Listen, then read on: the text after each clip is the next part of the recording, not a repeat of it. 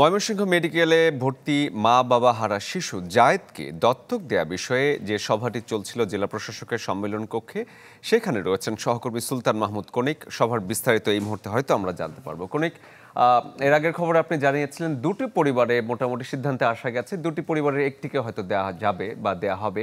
সবশেষ কি সিদ্ধান্ত হলো? শরীফ, সবশেষ যে সিদ্ধান্ত সেটি জানতে আমাদের আরো কিছুটা সময় অপেক্ষা করতে হবে।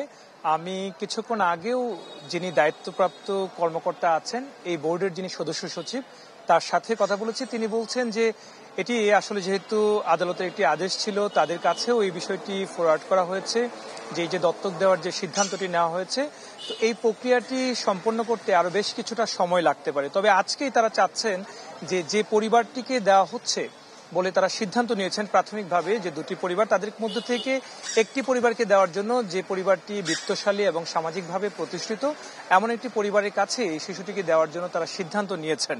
তো সেটি আসলে আনুষ্ঠানিকভাবে কিছুক্ষণ পরে হয়তো আমাদের কাছে জানানো হবে।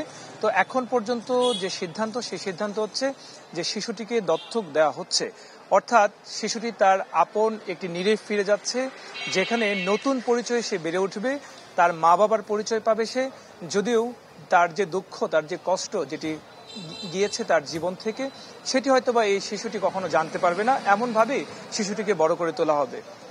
তো এখন পর্যন্ত এই সিদ্ধান্তই আমাদের কাছে এসেছে, যে কিছুক্ষণ পরে হয়তোবা তার বিস্তারিত জানাবেন।